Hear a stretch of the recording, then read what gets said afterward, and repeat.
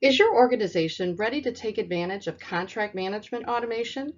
My name is Pamela Weiss, Ignition Team Leader at Rev Legal. In this presentation, we will learn what steps your organizations can take to prepare for successful contract lifecycle management solution. The International Association for Commercial and Contract Management has identified several prerequisite activities needed to make a successful transition to contract automation. These include improving definition of the existing process, standardizing process across the business, reviewing or developing improved contract templates, and developing a clause library with defined fallbacks. We hear a lot about contract systems that roll out and yet aren't being utilized much by contract stakeholders. One reason can be that just 14% of organizations with existing systems have undertaken the necessary prerequisite steps to lay the groundwork for success. It's easy to get wowed by shiny technology pitches, but your own organization's contract process is more important than the platform you choose to automate it. Process precedes technology. If you automate bad process, you just have a faster bad process. First, you need to determine the business value contracts have to the organization, both in terms of contracting process and contribution to market strategy and profitability. Then, set about defining the current process to see how it is or isn't providing the value needed.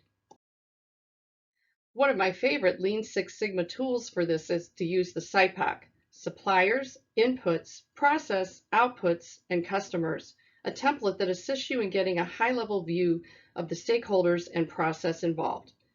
In this example, I've taken a manufacturing firm's buy and sell side contracts process and identified key groups and processes.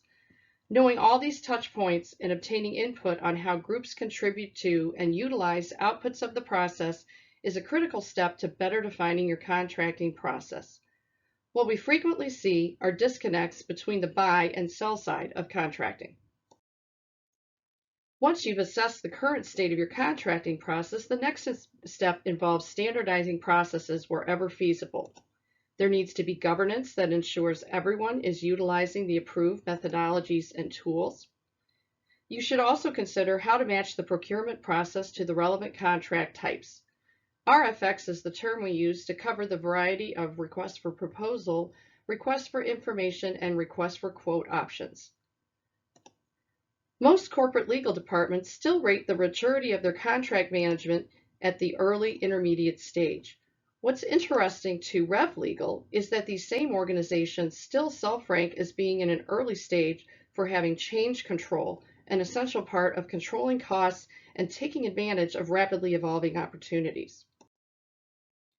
Different business opportunities require different types of contract templates.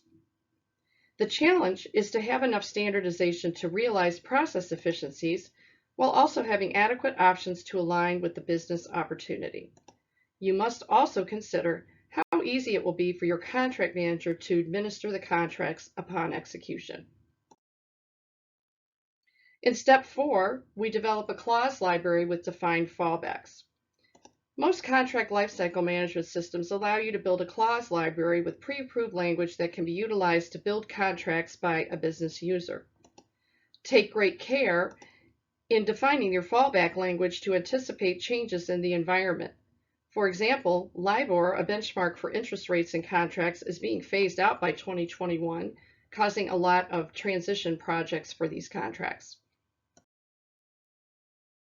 Our Rev Legal consulting team is here to assist your organization prepare for contract automation and tackle your most pressing contract projects.